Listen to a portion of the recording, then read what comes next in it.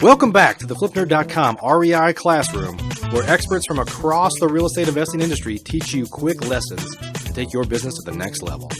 And now, let's meet today's expert host. Hi, everybody. This is Steve Rozenberg. I am the co-founder of Empire Industries Property Management Company. We're located down in Houston, Texas. We currently manage about 500 single-family properties. And today what we're going to talk about is how to handle good and bad markets when you're a landlord. This REI Classroom real estate lesson is sponsored by virtualstaffnow.com. A lot of people always come up and ask me, or they email me and they want to know, is this a good time to be a landlord or a bad time to be a landlord? And again, I always think they base that on their perception of what they're hearing in the news and what they're hearing in the media, not a logical opinion, but more of what they think the perception is. And obviously, as you know, your perception is your reality. So a lot of times what people don't understand is that a bad market, when things are considered a bad market, and if people consider the economy to be slowing, that is actually a better time to be an investor, in my opinion, because when you are what's called a contrarian investor, meaning you're opposite of what the flow is going, you actually can find better deals because just even down here in Houston, Texas, we're seeing people not easily available to or ability to sell a property as quickly as they could, which means that is no longer a seller's market. It's becoming a buyer's market. When it is a buyer's market, you can obviously get better pricing. And when you think about it, when the economy is bad, and unfortunately, when people do lose their jobs, they don't melt away and turn into sugar. They still have to live and have a roof over their head. And that means that they normally are downsizing and they're going from bigger houses that they own to maybe smaller houses that they're going to rent. So in a down economy, actually the rentals go up and the rent prices go up. Our worst time as landlords was when the economy was doing great back in 04, 05, 06, when everybody could get a loan. And when everybody can get a loan, they were punching out of our houses and they were going and buying a house, and we don't have any renters. So now in 08, 09, 2010, they all kind of came back as renters because they lost the houses. So again, it sounds a little sad or morbid, but the truth of the matter is when you are a landlord, a bad economy is actually better for you. One thing that I think that people have to realize when you're looking at a property and you're thinking of becoming a landlord, you really have to look at all the ways that you make money in real estate. And a lot of people only look at one thing, and that one thing is cash flow.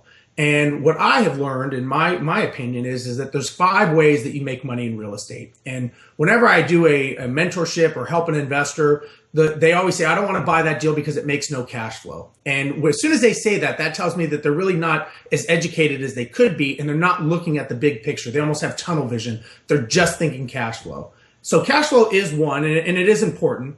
But the other thing is when you actually buy that property, you're going to capture some equity. It's called equity capture. When you sign the contract and you close on that property, it may be worth $200,000 and you bought it for $150,000. So you've gained $50,000 in unrealized capital. Doesn't go in your pocket, but you actually got that money.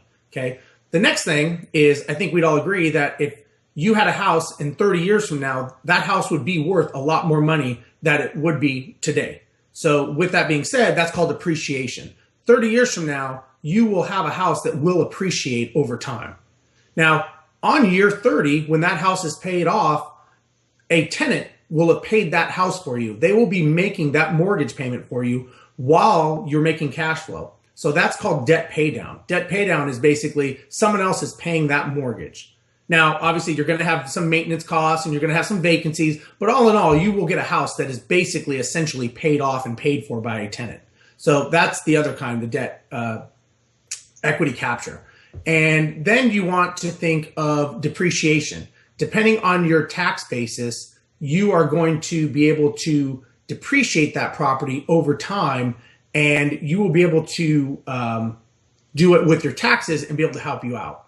So you want to think of all the things as a whole. And my opinion is when you're looking at investing and you're looking at these 3 options, I look at it as a 3-legged stool. If you can make sense with 3 of those avenues, it may make sense to at least move forward on the deal based on, you know what, this is going to go up in value. I'm going to be able to depreciate on the taxes, and it's got a little bit of cash flow. So don't just look at one side. Don't think of just one thing that you're looking at to have it make a deal. And the other thing I will say lastly is when it comes to renting, the largest sector right now are the millennials, people that are between 18 and 34. There's 92 million millennials right now. And things like Uber and other things, cell phones, renting cell phones, this is a disposable type economy when it comes to millennials.